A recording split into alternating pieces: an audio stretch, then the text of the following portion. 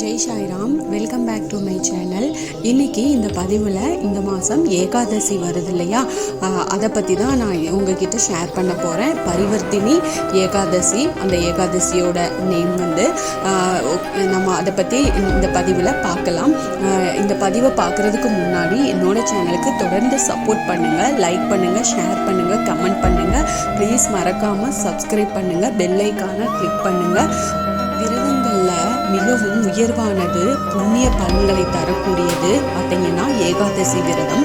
இந்த ஏகாதசி விரதத்தை யார் ஒருத்தர் முழு சிரத்தையுடன் பக்தியோட கடைபிடிக்கிறாங்களோ அவங்க இந்த பிறவியில மட்டும் இல்லாமல் முந்தைய பிறவிகளையும் செஞ்ச பாவங்கள்லேருந்து விடுவிக்கப்பட்டு இறுதியில மோட்சத்தை அடையும் பாக்கியத்தையும் பெறுவாங்க அப்படிங்கிறது நம்பிக்கை.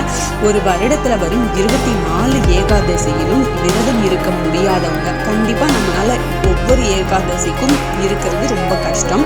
சில குறிப்பிட்ட மாதங்களில் வரும் ஏகாதசியில் விரதம் இருந்தோம் அப்படின்னா வருடத்தின் அனைத்து ஏகாதசி விரதங்களையும் கடைபிடித்த பலன் உங்களுக்கு கண்டிப்பாக கிடைக்கும் அப்படிங்கிறது நம்பிக்கை.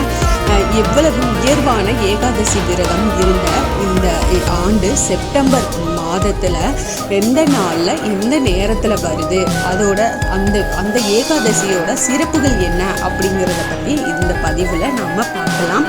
பெருமாளின் அருளை பெறுவதற்கு, பாவங்களில் இருந்து விடுபடுவதற்கும் கடைபிடிக்க வேண்டிய மிக உன்னதமான விரதம் தான் இந்த ஏகாதசி விரதம். ஒவ்வொரு மாதமும் வளர்பிறை, தேய்பிறை என 2 ஏகாதசிகள் நமக்கு வருது. அதாவது அமாவாசை மற்றும் பௌர்ணமிக்கு பிறகு வரும் 11வது திதி தான் ஏகாதசி திதி. ஒரு வருடத்துல 24 ஏகாதசிகளும் தனியான பெயர்களும் கதைகளும் சிறப்புகளும் வெவ்வேறு விதமான விரத பலன்களும் இருக்கு. ஒவ்வொரு ஏகாதசிக்கும் ஒரு சிறப்பு இருக்கு, ஒரு கதை இருக்கு, அதுக்கு பலனும் இருக்கு. அதில் செப்டம்பர் மாதத்தில் வரும் ஏகாதசிகள் மிகவும் முக்கியமானவையாக இருக்குது. இந்த மாதத்தில் வரும் 2 ஏகாதசிகளுமே தவறாமல் விரதம் அனுஷ்டிக்க வேண்டிய நாளுன்னே சொல்லலாம். இந்த செப்டம்பர் மாத ஏகாதசியோட சிறப்பு பார்த்திங்கன்னா, இந்த செப்டம்பர் மாதம் அப்படிங்கிறது தட்சிணாயன புண்ணிய காலத்தில் வரும் மாதம்.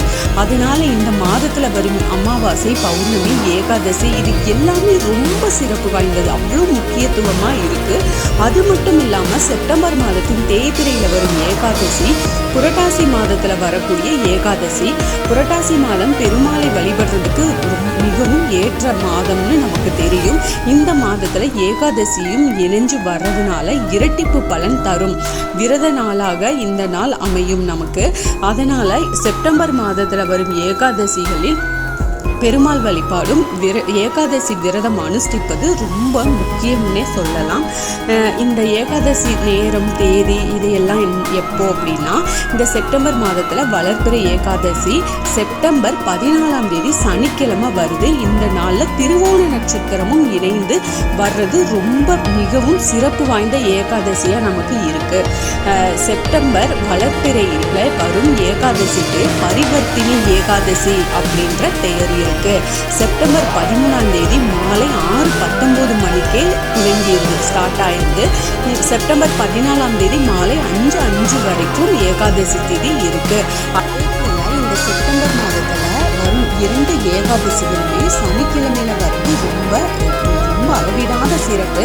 இந்த நாட்கள்ல மிகவும் ஆற்றல் நிறைந்தவை அப்படிங்கிறதுனால இந்த நாட்கள்ல பெருமாளை வேண்டி நீங்க விரதம் இருந்தீங்க அப்படின்னா துவாதசி திதியில விரதத்தை நிறைவு செய்வதனால மகிழ்ச்சியாக செல்வ வளம் மிக்க அனைத்து வசதிகளுடன் கூடிய நிறைவான வாழ்க்கை நமக்கு அமையும்.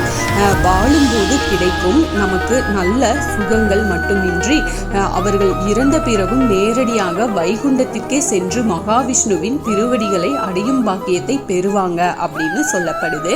இந்த ஏகாதசி வழிபாட்டு முறை பார்த்தீங்கன்னா, ஏகாதசி நாட்கள்ல உண்மையான பக்தியுடன் பெருமாளை வழிபட்டு ஏகாதசி விரத முறைகளை நாம பின்பற்றி வரணும்.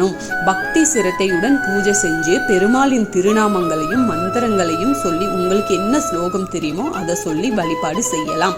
நாள் முழுவதும் பெருமாளோட சிந்தனையிலேயே இருக்கணும், இறை சிந்தனையிலேயே நாம இருக்கணும்.